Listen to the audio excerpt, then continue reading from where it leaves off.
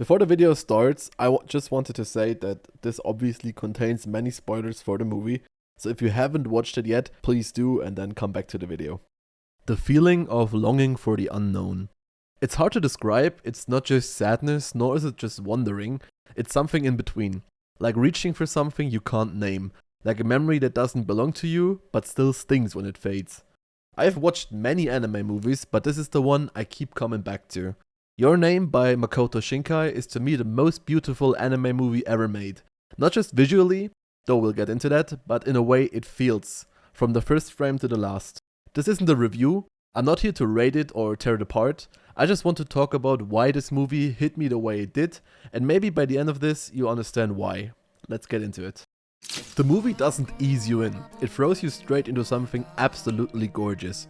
Before you even understand what's happening, Radwimps, which is arguably Japan's most important rock band of the last 2 decades, are playing in the background, and they composed the entire soundtrack for this film. The opening sequence is almost montage-like, quick cuts, breathtaking animation, and that song sitting underneath, giving everything the sense of emotion and scale that most films spend their entire runtime trying to earn, while Shinkai frontloads the experience with heavy emotions. Mitsuha lives in Itomori, a small town in the mountains with traditions she's grown up with but never fully chose. She's the daughter of the shrine's head priestess, she performs ceremonies, she makes a special kind of sake made from chewing and spitting out rice. It is sacred, but it's also something she clearly does out of obligation and not conviction. And that's the core of her character right at the start. She doesn't hate where she's from, but she doesn't really fit in either. She's been placed into a role that isn't really hers, a daughter carrying on tradition, a girl in a small town where everyone knows everyone and nothing ever really changes. And there's also this one line she says, "Please make me a handsome Tokyo boy in my next life!"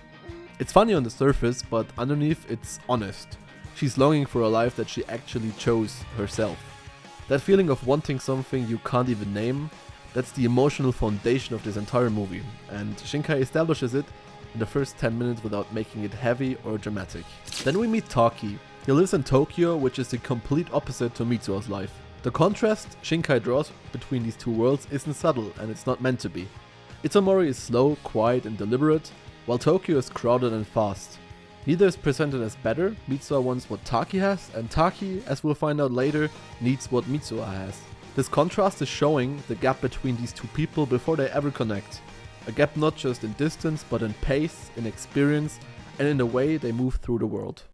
And then the story actually begins. They begin switching bodies, waking up in each other's lives, confused and panicked and stumbling through routines that don't belong to them. The film plays this for laughs at first, which it also earns, because it's genuinely funny, but then slowly the two find out more about each other.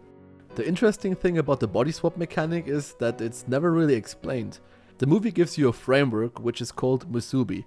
It's the Shinto concept of connection and fate, but it never really tells you why these two specific people are switching bodies. I think there's no explanation needed here. It would take away from the story as a whole, since it is not really what we should be focusing on to begin with. What really matters is watching Taki navigate Mitsuha's life and Mitsuha navigating Taki's life, making rules for each other in a notebook, embarrassing each other, learning more about each other's lives bit by bit. It's funny and it feels warm, and underneath all of it, the feeling that there is something more to it starts to set in. After a while they make first signs of falling in love with each other. Two people who have never been in the same room, who have never spoken, who only know each other through living each other's lives for a random stretch of time. Is that realistic? No, probably not, but yeah, while it's not realistic, they didn't just read about each other. They woke up in each other's beds, they talked to each other's friends. There's a level of intimacy which doesn't really exist in any normal relationship. So when Mitsuha gets jealous watching Taki interact with his coworker, it makes sense. She knows him, not because she was told, but because she lived it.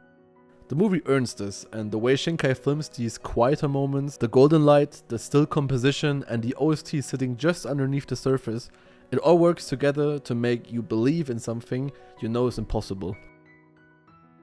While the story is great on its own, I have to stop here and just talk about how the movie actually looks. There are frames in Your Name that don't look like animation at all.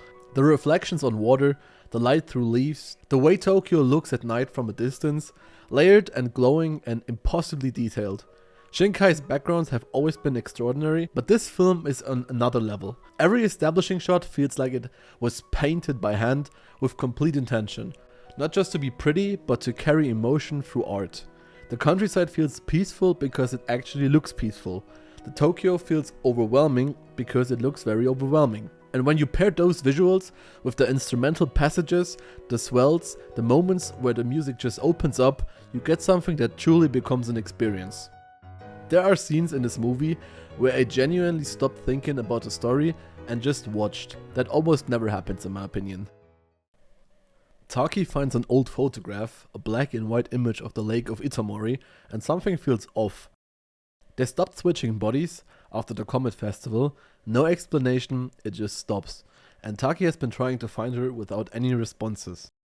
It is explained that Itomori was destroyed 3 years prior, where hundreds of people died, and Mitsuha was one of them.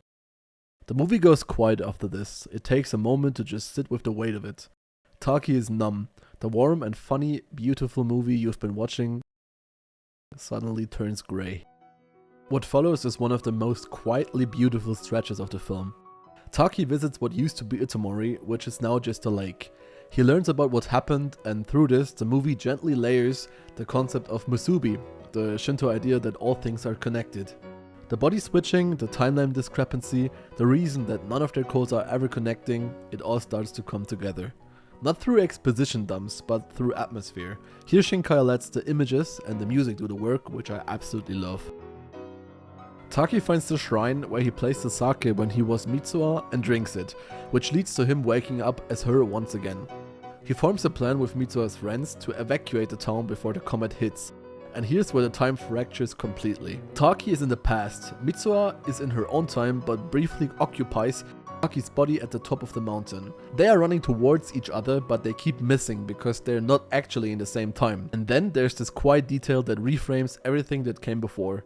3 years ago, before any of this happened for Taki, a girl appeared on his train. She looked at him like she knew him. She pressed her ribbon into his hands and told him her name.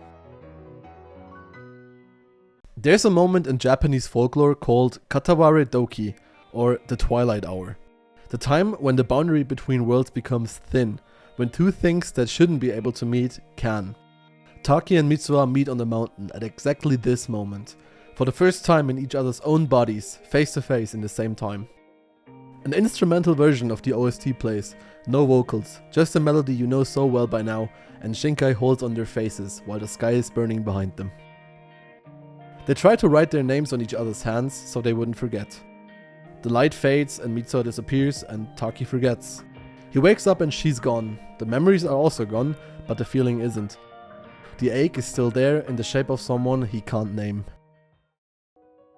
The plan barely works. Mitsuha sees what Taki wrote in her hand. Not her name, but a message. And she doesn't give up, and somehow the town is evacuated in time. And 5 years pass. Taki lives in Tokyo. He doesn't know what he's looking for, but doesn't remember her name. Every now and then there's a feeling, this pull towards something he lost but can't locate. The way you search for a word you've forgotten. You know the shape of it, but you can't find it. And then Shinkai gives you the now infamous stair scene. The two of them walk past each other. The moment where your body recognizes something your memory hasn't caught up yet. Can I ask you your name? Most movies give you a story. This one gives you a feeling and builds the story around it. The visuals are breathtaking, the music is out of this world, and what makes Your Name the most beautiful anime movie ever made, at least in my opinion, is that it captures something true about the human experience. The feeling of searching for someone you haven't even met yet. The grief of almost. The stubbornness of love that survives forgetting. That's rare in any medium. If you haven't watched it yet, watch it tonight. I think you'll understand.